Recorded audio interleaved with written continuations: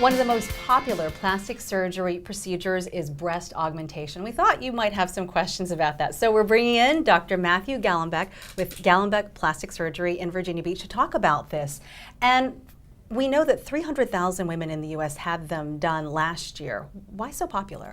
Well, I think women who come in and get breast augmentation do it for themselves so that they feel better about themselves, gives them better shape, better proportion, more confidence. I think most women who come in say, I want to be able to get in a bathing suit and fill it up when I walk down the beach, but not have people point and say, oh, you look fake. So talk about some of the options that they have, some of the things you talk about with patients to be. Sure. One of the biggest options that they have now is the type of implant for breast augmentation that they can use. So originally, all we had was the regular saline implant.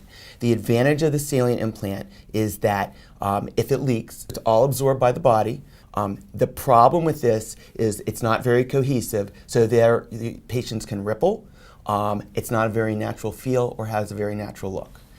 In 2007, the silicone gel implants came out, and the advantage is that because it's more cohesive, it has a more natural look, more natural feel. The disadvantage is that if it leaks, the silicone stays in the breast tissue, and so you can't tell that it's leaked, so it's a silent rupture, and the FDA actually recommends that women get MRIs every 3 years to look for leakage. The third implant that's been out since 2014 is the Ideal implant. And the nice thing about this is it's an all saline implant, but it's structured so that it's an implant surrounding an implant.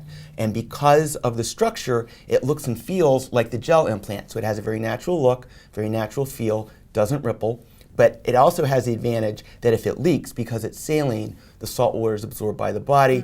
Woman has not only the look and feel, but also the confidence that she doesn't have to worry about silicone rupture or getting MRIs or anything like that. Can you talk about the safety and the recovery from this procedure? So the procedure is very safe. It's been done for many, many years. The recovery is quick. The way I do it is during the operation that we perform here, we're a fully accredited facility. I use an endoscope, which is a specialized TV camera to look inside, so I can keep the incisions smaller, don't have to use drains afterwards.